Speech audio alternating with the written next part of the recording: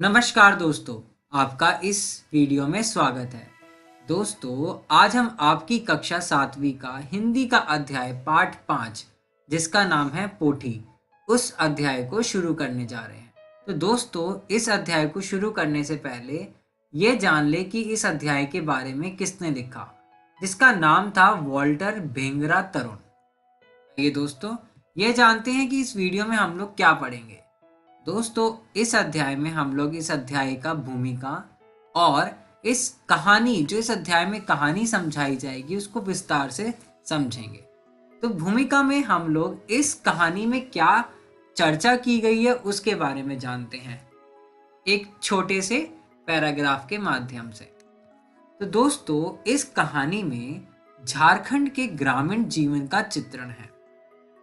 खेती में रासायनिक उर्वरक और कीटनाशक के बढ़ते प्रयोग से नष्ट होती जैव विविधता के कारण आसपास के तालाबों एवं खेतों से मछलियां गायब हो रही हैं। साथ ही फसल की उपज पर भी इसका बुरा प्रभाव पड़ रहा है। लोग गांव से पलायन कर रहे हैं। ये कहानी छोटी सी मछली पोठी के माध्यम से इन्हीं मुद्दों पर हमारा ध्यान खींचती है। तो आइए इस कहानी की शुरुआत करें। तो सबसे पहले हम इस कहानी को शुरू करते हैं। दोस्तों, इस चित्र को देखकर आप बहुत अच्छे से इस अध्याय को, इस कहानी को और भी अच्छे से समझ सकते हैं। एक समय की बात है, उस रात बहुत अच्छी बारिश हो रही थी। बुधन को बहुत ज्यादा खुशी थी। बुधन इस अध्याय में इस लड़के का नाम है कि गांव के दोहार से निकले नाले में पानी भर जाएगा। में नदी की मछलियां सारी जो हैं खेतों की ओर आ जाएंगी। सुबह वह जल्दी उठकर कुमनी और झोरी लेकर निकल पड़ेगा। धूप ही मछलियां उछलती कूदती बहाव की विपरीत दिशा में तैरने लगती हैं। उस समय झोरी में उन्हें फंसाना आसान रहता है। माँ गो, उसने अपनी माँ को आवाज दी। माँ ने बोला, क्या है बेटा, इतनी रात में तुम्हें नींद नहीं आ रही है क्या? उसकी माँ ने करवट बदलकर पूछा उससे। फिर वो बोलता है बुधन कि माँ, आज रात अच्छी बारिश हो रही है। मैं सुबह जल्दी नदी की ओर निकल जाऊंगा। कुछ खाने के लिए बचा है क्या? तो उसकी माँ कहती है, तू अभी से क्यों परेशान हो रहा है बेटा? सवेरे मैं तुम्हारे लिए मड़ुआ रोटी गरम गरम सेक दूंगी। उड़द दाल भी बची हुई है, उसके साथ खा लेना। अभी तू सो जा। उसकी माँ ने अपने चादर खींचते हुए कहा। अचानक बिजली की तेज चमक के साथ कहीं दूर से बादल के कड़कड़ाने की आवाज आती सुनाई दी। दरवाजे के पास बोर से सिमटा हुआ कुत्ता कू कू कर कर उठ गया।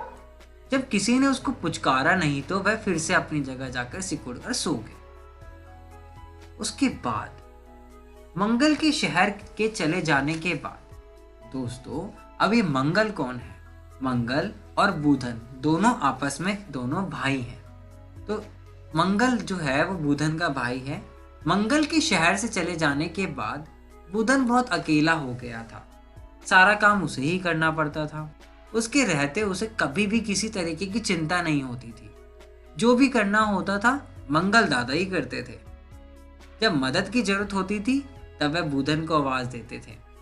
दादाजी की बात वह कभी नहीं टालता था। बचपन से ही उसका जो लगाव था वो अन्य से अधिक अपने दादाजी के साथ था। उसके बाबा उसके जन्म लेने के 2 साल बाद ही टाइफाइड का शिकार हो गए थे। बहुत दवा दारू हुआ लेकिन उन्हें बचाया नहीं जा सका था। यह उसकी माँ ने उसे सब बताया था। इसके बाद मंगल दादा ही उसके लिए एक आदर्श के रूप में उसके साथ। मंगल भी अपने छोटे भाई बुधन का बहुत प्यार करा। उसे अपने साथ रखता था, हर जरूरी सीख देता था, खेती बाड़ी के तौर तरीके भी सिखाता था, पालतू पक्षियों को भी देखभाल करता था, हल जोतना, बहुत सारी चीजें और भी सिखाता था कि और शिकार करने के बारे में वह बुधन को सभी जानकारी भी देता था। मछली मारने के तौर तरीके बुधन ने अपने मंगल दादा से ही सीखे थे। सुबह बुधन के पहले ही उसकी माँ जग गई थी। झटपट चूल्हे में आग जलाकर वह मड़ुआ रोटी पकाने में जुट गई। साथ ही उसने बची हुई उड़द दाल की पतीली चूल्हे के मुंह के पास रख दी थी, वह भी धीरे धीरे गर्म हो जाए। जलती हुई लकड़ी शायद उसे गीली थी, इसलिए उससे धुआं निकल रहा था जो आंखों में जलन पैदा कर रहा था। बूधन आंख मलता हुआ उठ बैठा। मागो, सूखी लकड़ियां तो ढेर सारी पड़ी हैं। ये कौन सी गीली लकड़ी तुमने चूल्हे में डाल दी है? कहीं केवंत लकड़ी तो नहीं डाल दी? बहुत धुआं कर रही है। बूधन असमय उठने के साथ आंखों की पीड़ा के कहरते हुए बोल उठा। एक काठी थोड़ी भीगी हुई थी, मैंने ध्यान नहीं दिया। उसकी माँ ने बोला कि एक काठी थोड़ी सी भीगी हुई थी, यानी एक लकड़ी जो है वो थोड़ी सी भीगी हुई थी, मैंने उसकी तरफ ध्यान नहीं दिया। उसी से धुआं निकल रहा था, मैंने वह बुझा दी है। और हाँ, अब उठ ही गए हो तो दोनों बैलों को पुआल देने के बाद दातुन कर लो। रोटी पक गई है और दाल भी गर्म हो गई है। उसकी माँ अंतिम रोटी तवे पे निकलती हुई बोली। ठीक है माँ, अभी गुहार घर में बैलों को पुआल दे देता हूँ। उन्हें खेतों की ओर चढ़ने के लिए ऐसे भी तो छोड़ नहीं सकते। और चवड़ा खेत में बीज बो दिए थे, उसमें पौधे भी हरे भरे होने लगे हैं। खुला छोड़ देने से वह उन्हीं पर पौधों की ओर भागने लगते हैं। बुधन ने अपना बिछाव समेटते हुए कहा। फिर कमरे में कोने में जाकर वहां सरई दातून का एक टुकड़ा उठाया और दांतों से चबाते कमरे से बाहर निकल गए। आंगन में आकर, अब जो बूधन था वो आंगन में आ गया। अगर उसने आकाश की ओर देखा, छिटपुट बादल की इधर उधर घूम रहे थे। अभी दिन में तुरंत बारिश होने की कोई संभावना नहीं थी। वह मन ही मन खुश हुआ। धूप रहने पर मछली मारने का आनंद कुछ दूसरा ही होता है। बैलों को पुआल देकर और हाथ मुंह धोने के बाद वह बरामदे में पीहड़ा लेकर बैठ गया। उसकी माँ ने कांसे की थाली में मड़ुआ की 3 रोटियों के साथ डुमनी में उड़द की दाल उसके सामने परोस दी। पास ही लोटे में भी पानी भरकर रख दिया। अब उसके बाद नदी की ओर जाते हुए वह अपने खेतों में लहराते धान के पौधों को देखकर खुश हुआ। 1-2 सप्ताह में पौधों के बीच निकोनी का काम शुरू करना पड़ेगा। कितनी भी कोशिश कर लो, खेतों में अनचाहे जंगली पौधे उग ही जाते हैं। इन्हें निकालने के लिए मेरी माँ की जरूरत पड़ेगी। घर में भात तियन रांधने के बाद छाता लेकर वह खेतों में निकोनी के लिए आ जाती है। आधा दिन झुककर जंगली घास निकालते निकालते उसकी कमर में दर्द हो जाता है, लेकिन करे भी तो क्या करे, निकोनी बहुत जरूरी है। माँ अक्सर इस दौरान खेतों में पौधों के बीच धोंधी भी बिनती रहती हैं।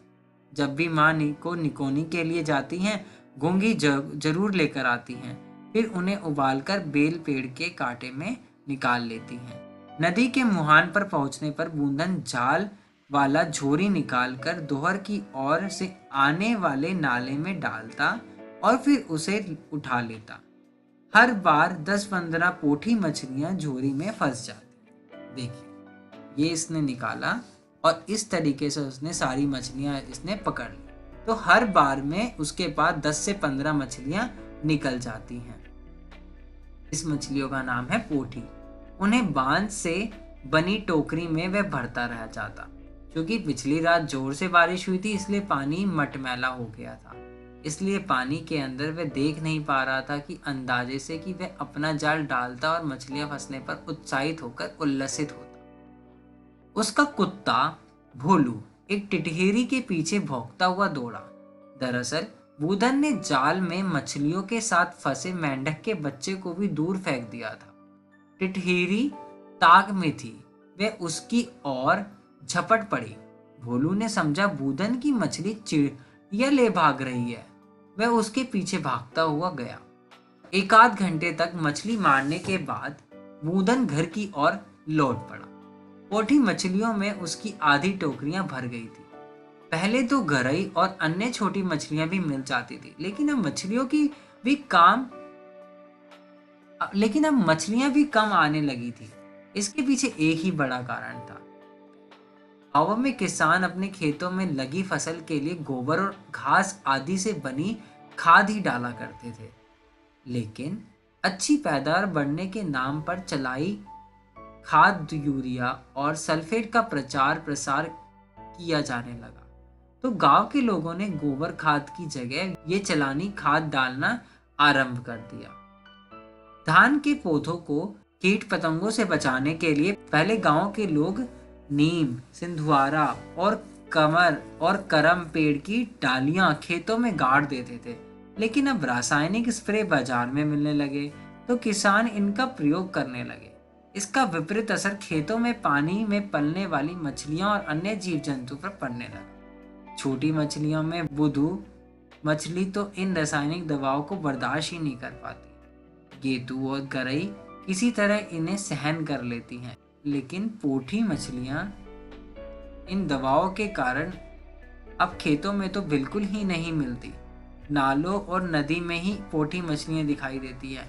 पोठी मछली के साथ ही एक उन्हीं सुखा कर साल भर तियन पकाकर भात के साथ खाया जा सकता है। इन परिस्थितियों पर विचार करता हुआ बुधन अपने गांव की तरह लौट रहा था। वह चिंतामन हो गया था। अब पहले की तरह ही बारिश भी नहीं होती, समय पर पानी बरसा तो बीच में सूखा पड़ जाता। अब पिछले साल की ही तो बात है। धान के पौधे लहरा रहे थे, बीज भी फूट चुके थे, 2-3 सप्ताह में बीज पकने भी लगते। लेकिन अचानक आंधी तूफान और तेज हवाओं ने सारी उम्मीदों पर पानी फेर दिया। खड़ी फसल पानी और तेज हवा के दबाव में जमीन से सट गई। पूरी फसल बर्बाद हो गई थी। आंखों में आंसू आ गए थे सभी किसानों के। अरे बुधन, क्या सोच रहे हो? अचानक सोमा काका की आवाज ने बुधन को वर्तमान में लाकर खड़ा कर दिया। जोहार काका। कुछ नहीं काका, यही खेती बाड़ी के भविष्य के बारे में सोच रहा था। अब पहले जैसा कुछ भी नहीं हो रहा है। बुधन ने थोड़ा झपटते हुए जवाब दिया। अब बोलते हैं, हाँ बेटा, अब पहले की तरह कुछ भी नहीं रहा। सोम काका ने उसे ये कहा। सब कुछ बदल रहा है बेटा। खेत खलियान से लेकर गांव घर जगह बदल रही है। हमने तो इसी खेती बाड़ी की बदौलत जिंदगी काट ली, लेकिन अब ऐसा नहीं लगता। जितनी मेहनत करो उसका आधा भी इन खेतों से निकल पा रहा है। लाचारी और विवशता थी, सोम काका ने उसे आवाज दी। जब सोम काका ये बोल रहे थे तो पता चल रहा था कि उनकी आवाज में बहुत ज्यादा लाचारी और विवशता थी। फिर बुधन ने कहा, हाँ काका, आपने तो दुनिया देखी है। हम तो जब से बड़े हुए यही देख रहे हैं कि खेती बाड़ी में अब कोई खास फायदा नहीं रहा। इसलिए तो मंगल दादा गांव छोड़कर शहर में काम करने चले गए। ये सब किसने कहा? बुधन ने कहा। फिर उसने कहा, हाँ, मौसम का यही हाल रहा तो गांव में कौन रहेगा? पेट भरने के साथ तन ढकने के लिए कपड़ा लत्ता और अन्य चीजों को भी तो दरकार है। धान बेचे या बचा कर खाएं। बस धीरे धीरे जवान लोग गांव छोड़कर शहर की ओर चल ही जाएंगे। तो बुधन सोचने लगा, खेतों में गरई और गेतू मछलियां तो गायब हो रही हैं, बस बच गई तो ये पोठी मछली। तो दोस्तों, इस कहानी में पूरे झारखंड में ग्रामीण जीवन का चित्रण है। जैसा कि आपको इस कहानी को पढ़ के पता चल रहा होगा, खेती में है रासायनिक उर्वरक और कीटनाशक के बढ़ते प्रयोग से नष्ट होती हमारी फसलें। जैव विविधता के कारण आसपास के तालाबों और खेतों में मछलियां गायब हो रही हैं। साथ ही फसल की उपज भी बहुत उसके ऊपर प्रभाव पड़ रहा है, जो कि खराब हो रही है एक तरीके से। लोग गांव से प्लान कर रहे हैं कि कहीं और शिफ्ट हो जाएं और वहां जाके काम करें, जैसे उसका भाई हुआ है मंगल। उसके बाद ये कह रहा है कि, और उसके बाद हमने ये देखा, ये जो पूरी कहानी है एक मछली जिसका नाम है पोठी, उसके माध्यम से ये उन्हीं मुद्दों पे हमसे इसने जवाब सवाल किए। पाठ में प्रश्न आ सकता है, बुधन क्यों खुश था? उसे नींद क्यों नहीं आ रही थी? जैसा कि हमने पढ़ा स्टार्टिंग में, बुधन खुश इसलिए था क्योंकि बारिश हो रही थी। बारिश को देख के उसे लग रहा था कि खेत से नालों में सारी मछली आ जाएगी और मछलियां मिलेंगी उसे, ये बहुत सारी चीजें। बुधन का आदर्श उसका बड़ा भाई क्यों था? अब लोग खेती बाड़ी क्यों नहीं करना चाहते थे, इसके बारे में लिखिए। या तो ये पूछ सकते हैं, खेतों से छोटी मछलियां क्यों गायब हो रही हैं, उन्हें किस प्रकार बचाया जा सकता है। तो दोस्तों, जो मैंने आपको अंत में प्रश्न बोले हैं, आपको इसी आधार पे इन प्रश्नों के उत्तर घर से करके लेकर आने हैं। ठीक है दोस्तों, धन्यवाद दोस्तों। आज की इस वीडियो में हमने इस अध्याय की भूमिका और इस अध्याय को बहुत ही विस्तार से आप लोगों के सामने समझा। धन्यवाद दोस्तों। आशा करता हूँ कि आपको ये वीडियो बहुत अच्छी लगी होगी।